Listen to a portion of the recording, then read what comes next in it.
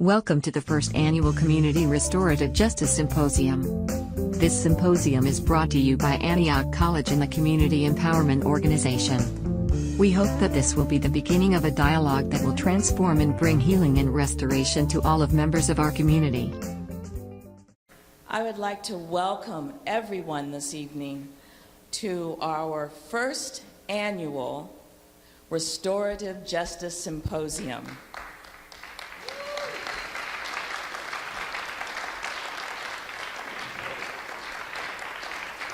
We're excited. We are excited. We wanted to make sure that we would be offering an ongoing workshops, ongoing conferences, because we did not want to do a one and done. We don't want to just put it out there and then just leave it sitting. So that is what we are committed to. My name is Jalen Rowe, and I'm with the Community Empowerment Organization, and we are one of the hosts of the Restorative Justice Symposium along with Antioch College. And I must say, I just am so pleased to see the turnout that has come out for this endeavor. I want to take a moment and just kind of point out, we have two standing posters here, and it's just a all-around thank you to our sponsors and donors, because it was just a thought in our mind until they stepped up to help us. So if you were a sponsor or a donor, and if you aren't too embarrassed to say, I helped put this together, just raise your hand, because I want people to come by and say thank you. Go ahead, raise your hand. Raise your hand, because we could not have done it. So when you go by them, just shake their hand and say, they brought something special here to Yellow Springs and to Antioch College. Thank you, Jalen. Wow, this is great.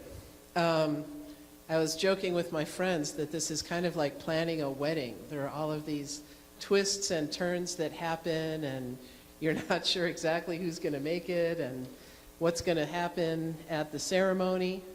But here we all are, and this is wonderful. So I just wanted to give you a little bit of background on how this came about. It started around early November. There was an election that bummed a number of us out, to say the least. And Jalen posted something on Facebook. It was a Dan Rather piece, which also was kind of despairing of what was happening in our country. And so Jalen and I just started talking, and we related to that piece. And then we had New Year's Eve in our wonderful little village, and things went terribly wrong. And a couple people were hurt, and the village was really crushed by what happened. And to me, it was kind of symptomatic of what was happening in the country. And I deal best with conflict and lack of clarity through restorative practices.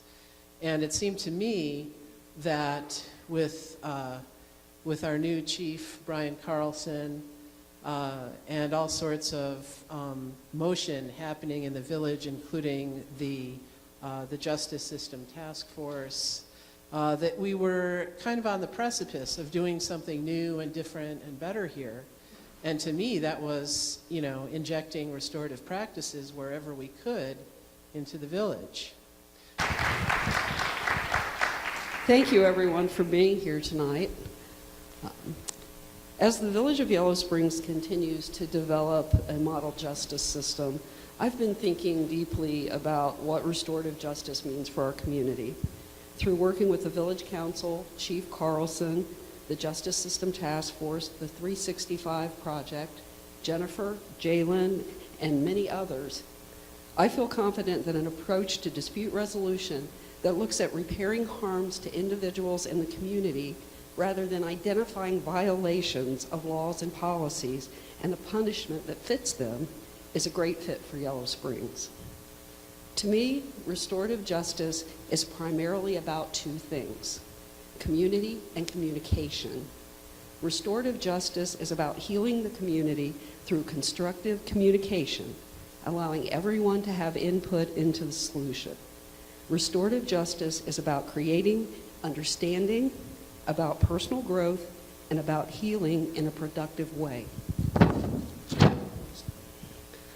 Our village is well positioned to be an innovator and leader in the employment of restorative justice principles, given our mayor's court and a Yellow Springs police team that is actively engaged in creating a culture of respect and inclusiveness.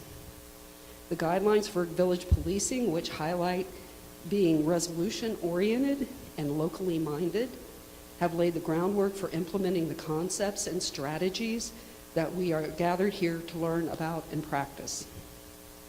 The Village of Yellow Springs is proud to participate in the Restorative Justice Symposium to help encourage communication and healing throughout our community. And I am personally honored to be involved in this initiative. On behalf of the village, I would like to thank the organizers, Jalen Rowe and Jennifer Berman, and to thank the speakers and the other sponsors for bringing this information to the forefront of our community, and we look forward to reaping the benefits of the information presented.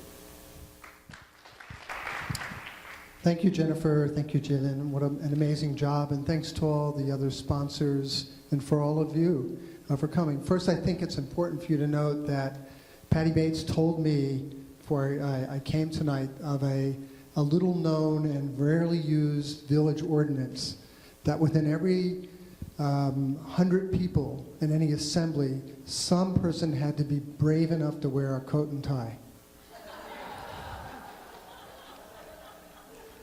So I didn't want this to be declared an illegal assembly, so I put the coat and tie on. So I'm really excited to be with you and to welcome each of you to this important symposium.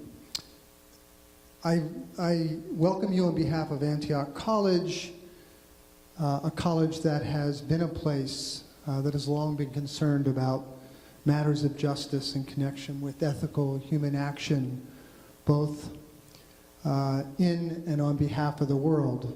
Antioch College is the college of, among other people, Coretta Scott King. And so the silent video that's running behind you is one of the things, not the video, but Coretta Scott King, that inspires us to actually understand